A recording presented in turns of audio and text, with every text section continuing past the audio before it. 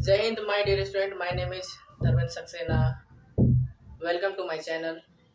आज मैं आपको sexual reproduction in flowering plant का तीसरा वीडियो देने वाला हूँ। ठीक है, ये थर्ड वीडियो आपकी होगी, बाकी वीडियो आपकी पहले से बन चुकी है, आप सीरियल वाइज देख लो आप। ओके, तो मैंने फ्लावर्स के बारे में, सेक्सुअल रिप्रोडक्शन के बारे में बात किया है ना। इसके बाद इसमें कि सेक्सुअल रिप्रोडक्शन हो गई, फिर फूल्स का सारा चीज़ देखे उसमें। ठीक है, तो कहने का मतलब ये है कि आगे इसमें आप क्या देखना है। तो हम लोग एंथर का बात कर चुके थे कि एंथर्स में जो है वो डाइलोब होती है। क्या होती है? डाइलोब होती है। और प्रत्येक लोब में क्या होती है? दो गो थिका होता है। ठीक है, एक लोब में क्या होता है? तो डाइथिकस बोलेंगे। डाइथिकस मतलब with respect to one lobe, with respect to one lobe तो डाइथिकस होगा। और विथ रिस्पेक्ट टू डाइलोब तो ये हो जाए टेट्राथिकस, नहीं हो जाएगा। अच्छा, इसमें अगर फिगर का बात करेंगे तो ट्राइगोनल बनता है। ऐसा हम थोड़ा बात कर चुके हैं कि ये जो है क्या है? ट्राइगोनल है। कैसा ही है? अब देखिए इसमें थीका है कि नहीं, चार गो थीका है कि नहीं है ना। तो चार गो थीका हो जाएगा। ठीक है, तो आपको ये बात याद रखना है कि एक जो डायलोब है उसमें थीका कितना होता है? तो चार गो, लेकिन एक लोब में दो गो। ठीक है, और उसके अंदर ही क्या रहेगा? पोलन सेक, उसके अंदर भी क्या रहेगा? पोलन ग्रेन रहेगा, है ना। तो ये बात याद रखिए आप। अभी देखिए हमको इसको फिगर देखना है कि जब लोब को हम ऐसे काटेंगे ना, ऐसे, तो फिगर ऐसी दिखेगी, है ना। जिसका एंथर का जो सबसे बाहरी लेयर होता है एपिडर्मिस होता है। क्या होता है? एपिडर्मिस। बोलिए, एंथर का सबसे बाहरी लेयर क्या होता है? एपिडर्मिस। Epidermis, epidermis. और सेकेंड लेयर जो होता है वो क्या होता है? एंडोथेसियम। क्या होगा? एंडोथेसियम। बोलिए, एंडोथेसियम। एंडोथेसियम ये लेयर हो गई। ये जो लेयर होता है अंदर वाला, ये हरा कलर का दिखेगा आपको, फिगर में हरा कलर का दिखेगा। वो आपका जो लेयर है इसको बोलते हैं मिडल लेयर। क्या बोलते हैं? Middle layer. क्या बोलते हैं? Middle layer. ये स्पोरेंजियम जो उसका बाहरी लेयर, मान लिया ये पूरे पोलन, ये एंथर का सबसे इंटरनल जो होगा वो आपका टेप्टम होगा। क्या हो जाएगा? टेप्टम होगा। सबसे इनर लेयर क्या होता है? तो टेप्टम। सबसे इनर लेयर क्या होता है? टेप्टम। अच्छा, इसके अंदर जो हम कह रही थी क्या है, उसके अंदर क्या है? इसको इसको बोलते हैं स्पोरेंजियम, एस्पोरोजिनस। क्या बोलते हैं? स्पोरोजिनियम। बोलिए, एस्पोरोजिनस टिश्यू। क्या बोलते हैं? Sporogenous tissue. ये क्या होता है? Group of homogeneous tissue. क्या होता है? ग्रुप ऑफ होमोजीनस, मतलब एक के जैसा दिखेगा, जिसको बोलते हैं ग्रुप ऑफ होमोजीनस टिश्यू। क्या बोलते हैं? Group of homogeneous tissue. पूछ देगा कि ग्रुप ऑफ होमोजीनस टिश्यू को और क्या है वो, उसको क्या बोलते हैं? तो एस्पोरोजिनस टिश्यू। क्या बोलेगा? Sporogenous tissue. The group of homogeneous tissue क्या होगा? उसी को बोलते हैं हम लोग एस्पोरोजिनस टिश्यू। अच्छा, फिर समझ में आती है इसमें, ये समझ में आ गए।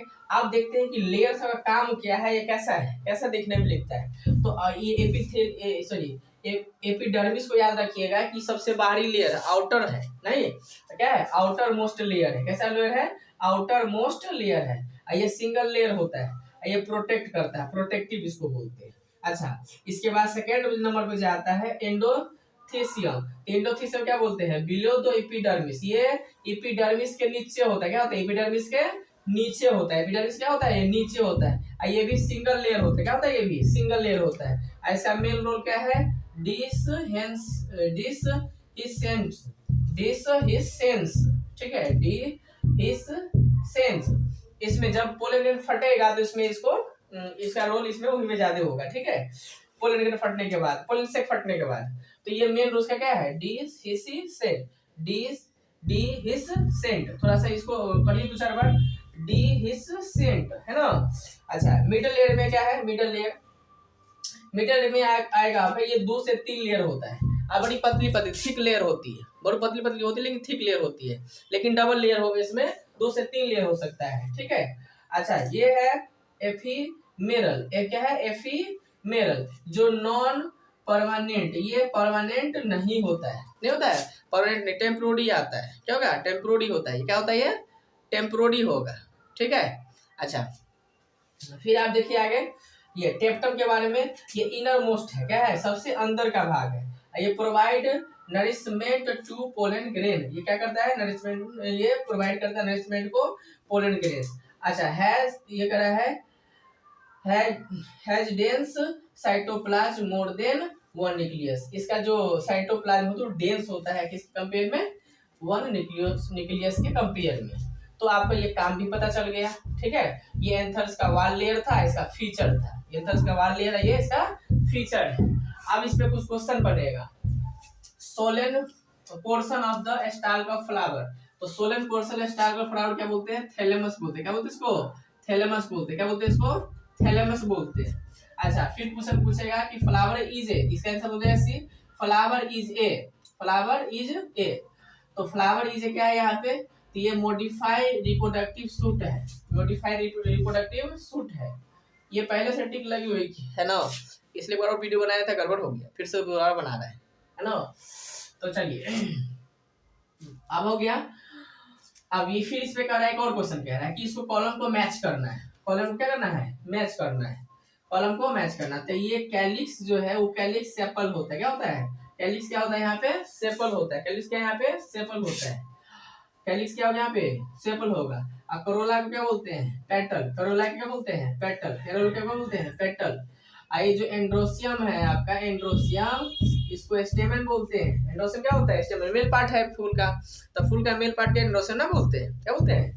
ये सॉरी स्टेमन बोलते हैं, एंड्रोसियम भी नाम है इसका। अच्छा, गाइनोसियम का पूछेगा तो गाइनेसियम को बोलते हैं कार्पेल या पिस्टिल। कार्पेल बोले या तो पिस्टिल बोलेंगे, नहीं? तो ये इसका आंसर होगा। तो आंसर में देखिए तो एक का कर आया 3, एक का 3 इसमें भी, इसमें भी है, तो ये दोनों तो पहले से कट गया। बोलिए कट गया कि नहीं कट गया?